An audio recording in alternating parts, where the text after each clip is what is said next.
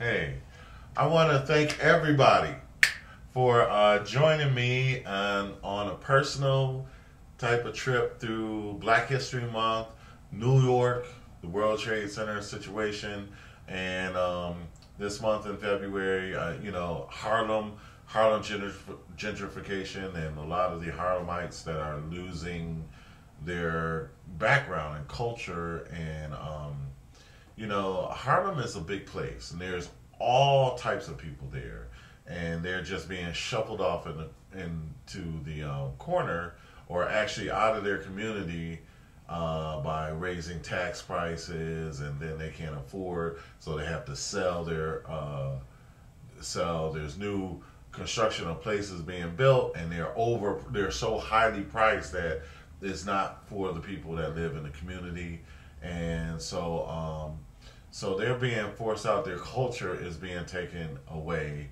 and they're being pushed out for the sake of corporate America and corporate conglomerates, I should say, not necessarily America. And so some of those big corporations are like Disney, which is a major place, and Giuliani made sure that Disney got into a lot of the places where they normally wouldn't be, and Old Navy and all those other places. HMV. People want music, but it was obvious that these kind of companies, and the worst part about it is there are music stores on Broadway.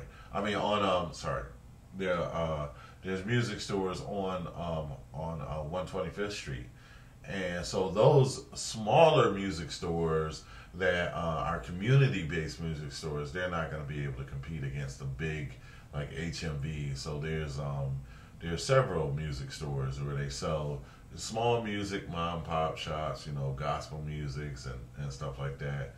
There's also shoe places and a lot of those places aren't going to be able to compete. So they're losing their community based on corporate America, or this corporate conglomerate. So, and mind you, I have a great deal of respect for corporate America. I have a great deal of respect for corporate citizenship, but I do believe in good corporate citizenship. I believe that the whole corporate mentality is has a responsible nature.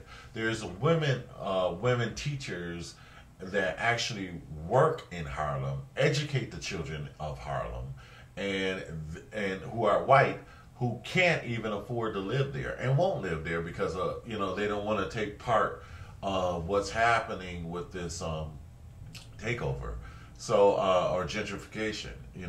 So it's just an ugly and bad thing, and it would be nice if respect were given to other people when doing these things, instead of just move in and get out.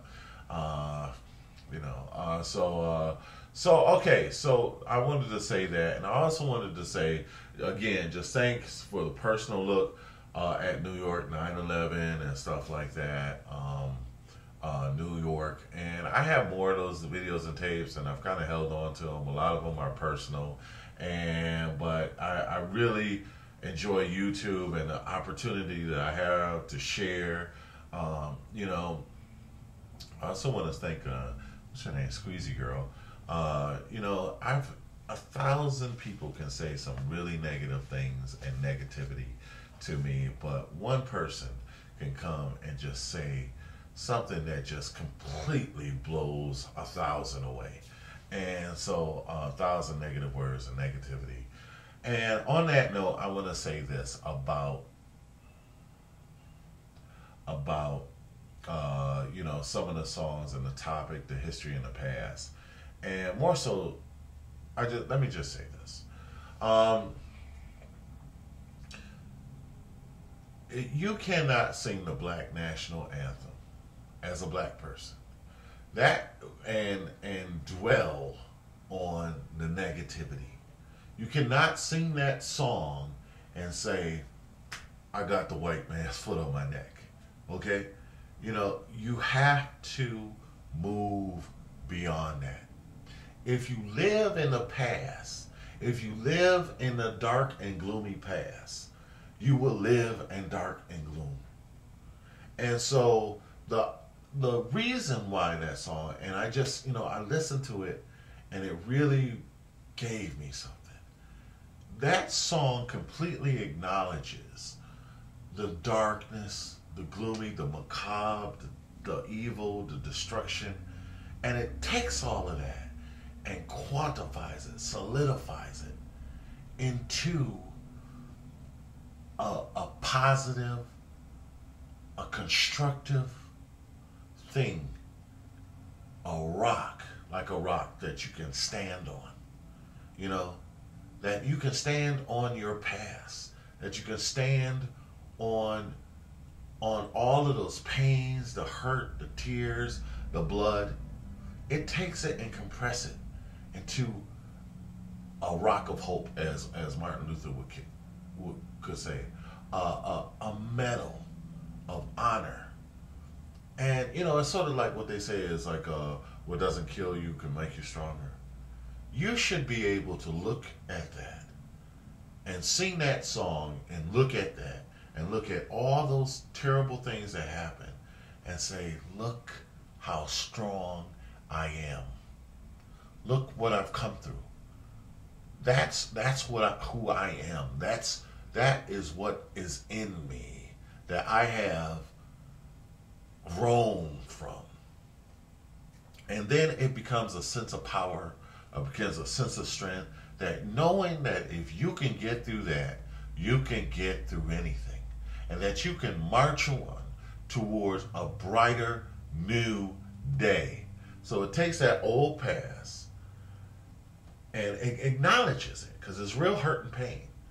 But then it turns it into something that is something that you can always look back on for strength, for direction, for clarity, for wisdom, for wisdom, and not fighting each other, So I just want to say that, it's not about, oh, get over it. Oh, okay, yeah, you did that, and now that's people who don't care. They're people that have not been through anything themselves, okay, or don't have to go through anything. They have not, those are people who are insensitive, to what's really going around them. They only see one small part of the world, and that's from their perspective, and a limited one as it is.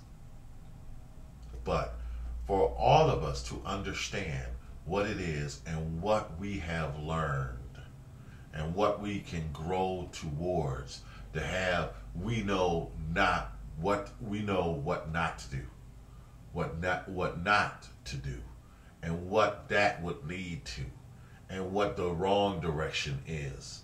And from that we can get on the right road together, heading to a common good, for all.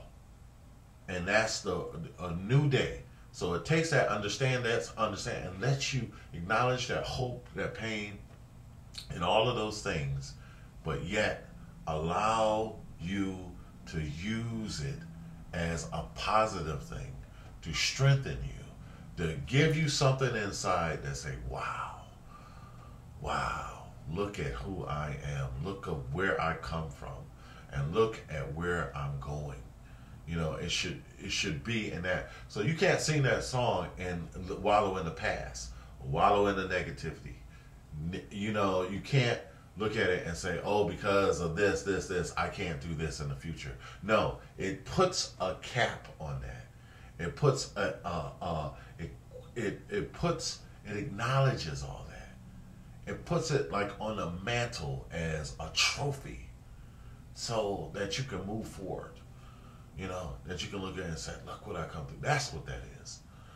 So, no more, oh, because I'm black on this, because I'm black on this, or I hurt. At some point, that's understood, and you should feel that. It should feel it. But there's another part of that should encourage you and strengthen, enrich, empower, and fortify you to have a brighter future, a new day, and march on to a new victory and a higher heights together as what, as people coming together and what we can do together. And it just shows our growth and our strength. So I just wanted to mention that that's why it's good to remember Black History Month. And that's why I think I've learned more about it this time. And I've always been kind of self-aware since I was a young man, because I just had those kind of people around me, good father figures. But